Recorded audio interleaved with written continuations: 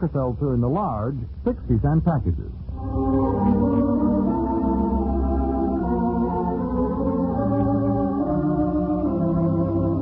And now let's see what's going on down in Pine Ridge. Well, as we look in on the little community today, we find Squire Skimp talking to Attorney Dowell in the latter's office. Mister. Well, come on, Mr. Dowell. We'd better get over to the courtroom. This is going to be our big day, you know. Just a minute, Mr. Skimp. Are we going to wait for Cedric Weehart? Cedric? Oh, no. I told him yesterday just to go directly to the courtroom this morning. And I don't know. We should keep a closer watch on that boy. We don't want any slip-ups with him. If I know my juries, his testimony will be the thing that'll win the case for us. Yes, well, now, you don't have to worry about Cedric. He'll be there. There's a boy that does exactly what you tell him to do. And you can bet your last dollar on it. That's one good thing about having a mind like his, you know. You don't have to worry about any new ideas slipping into it. Well, I hope you're right. Because this is going to be the big moment in the trial. And I just hope we can depend on that boy to give his testimony the way we planned it. Yes, well, he'll come through in grand style. After all, he doesn't have much to do. About all he has to do is just say that Lum told Abner in his presence to be careful of the pearl because it didn't belong to them, and that it rightfully belonged to me. And, of course, then you'll be up there to guide him with your questions. Yes, well, maybe it'll work out. If it does, the case is in the bag. Well, come on. We better get over there.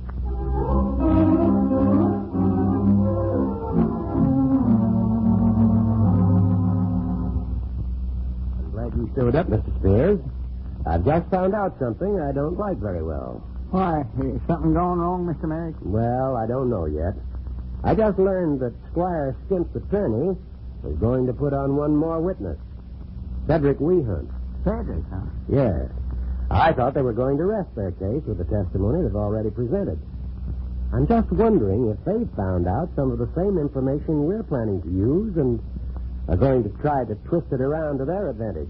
Well, they can't do that, Timmy. Cedric's our witness. Well, they can use him, too. It's their privilege to call whomever they want. Well, can't you object or something? Well, no, not for that. Well, I don't know why not. That lawyer of Lum and Abner stands up there and objects all day long. Every time Lum nudges him and wakes him up, he jumps up and objects. He don't care what it is. Fact is, I doubt if he even knows what it is. But you'll notice what kind of an effect he's having on both Judge Pollock and the jury. He's not fooling anyone. To tell the truth, he's losing the case for Lum and Abner. And I still think you ought to object to Cedric getting up there on the witness stand. No. All we can do is wait and see what he does.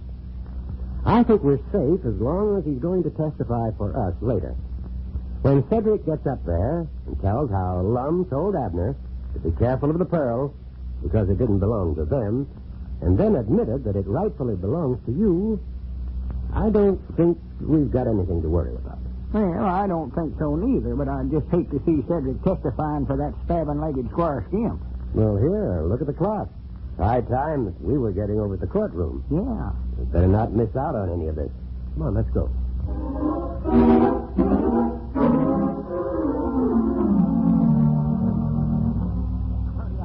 You better sit down here. I think they're getting ready to start the proceedings again. Yeah, let me sit down here. I got something to tell you, Abner. Doggers, I was afraid you was going to be late. Where you been? Well, I've been talking to Cedric. And just wait till I tell you what he was going to do.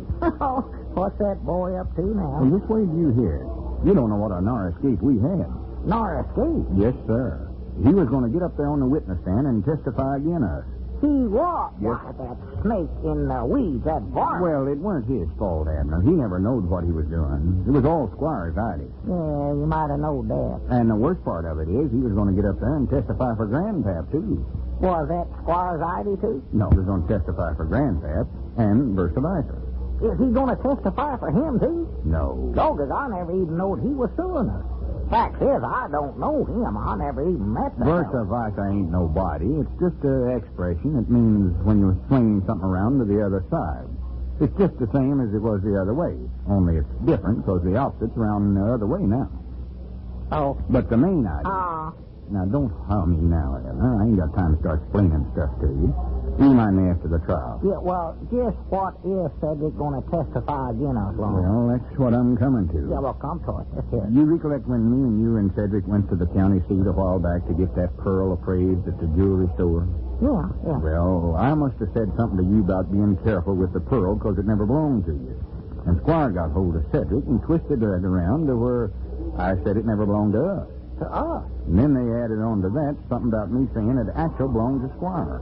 Well, I don't recollect you ever saying that. Well, I never said it belonged to him. Never even thought it. And Cedric's going to get up there and say that? Well, wait, let me finish. Oh, go ahead. Then Grandpap and his lawyer got a hold of Cedric and got the same information out of him, only they twisted it around to where I'd said that the pearl rightfully belonged to Grandpap.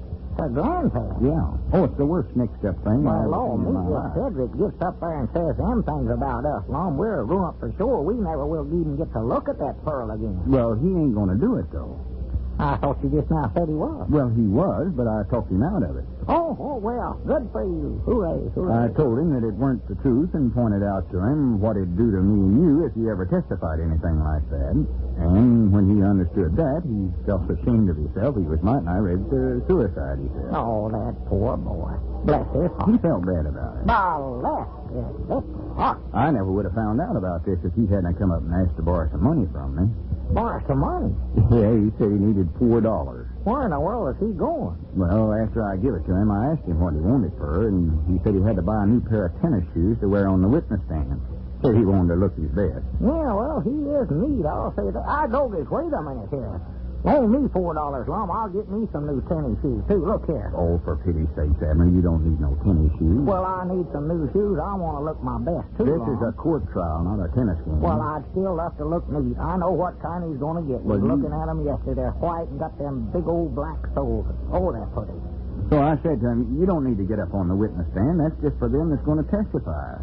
And he said that was just what he was going to do. Fact is, he was going to be the star witness. Star witness? That's what he said. Then he told me the whole story. I granted it's sure a lucky thing he did. Oh, doggone, I'll say it is. If he ever got up there... Mind out, Abner. Here comes the judge. Oh, look at that black. Come on. There you go. Please rise. Circuit for the County of Polk, State of Arkansas is now in session. Judge Pollock presiding. Please read it. The attorney for Plaintiff Skimp has asked for permission to present one more witness, even though he had rested his case. In consideration of the information which the plaintiff intends to bring out in this witness's testimony, permission has been granted. Thank you, Your Honor. We wish to call Mr. Cedric Weehunt. Cedric? I thought you said he weren't going to get up there and testify. He's going to get up there, but he ain't going to say what they told him to. Oh. Mr. Cedric Weehunt to the witness stand. Yes, Mom, I'm coming. Hey, look at that, Lum. He's got on them new $4 tennis shoes. Oh, good, I wish I could have pair of them. You sure he ain't going to double-cross us, Lum? Oh, I know he won't. I don't think. Hurry up, Mr. Weehunt. Right up here. Yes, Mom. Raise your right hand.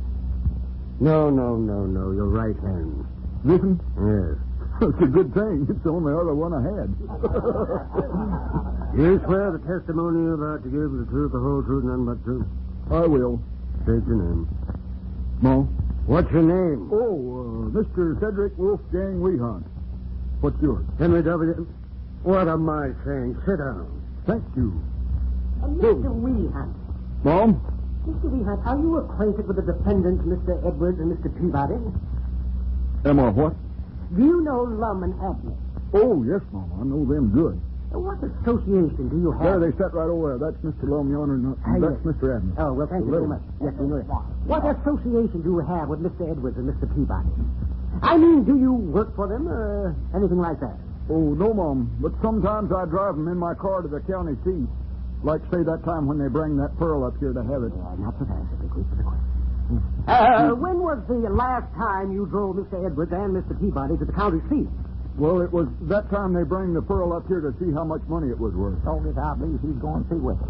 Now, Mr. Weehunt, on that trip, do you recall any conversation that took place between Mr. Edwards and Mr. Peabody regarding the pearl you mentioned. Well, you better stop him somewhere. Oh, yes, Mom, I do. Wake up our lawyer. Tell him to... But I won't tell none of it. What's that? Mr. Lum and Mr. Abner are my very best friends, and nobody ain't going to make me say nothing against them. I just won't do it. Well, now, just a minute, Cedric. No, sir, you can't make me say nothing, because Mr. Lum told me not to. He told me if I got up here and told that stuff about him saying the pearl never belonged to him and Mr. Abner, but that it belonged to Mr. Squire, that it just ruined him, and I ain't going to say... Well, now, Cedric, Just a minute. Let me question this witness. Yes, Your Honor. Mr. Weehunt, when did Mr. Edwards tell you not to say any of these things? Just a little bit ago, right after Mr. Lum gave me that $4. You mean he gave you money for this, and you accepted it? I bought tennis shoes with it. Look. Well, Mr. Edwards, the court places you under arrest for bribery.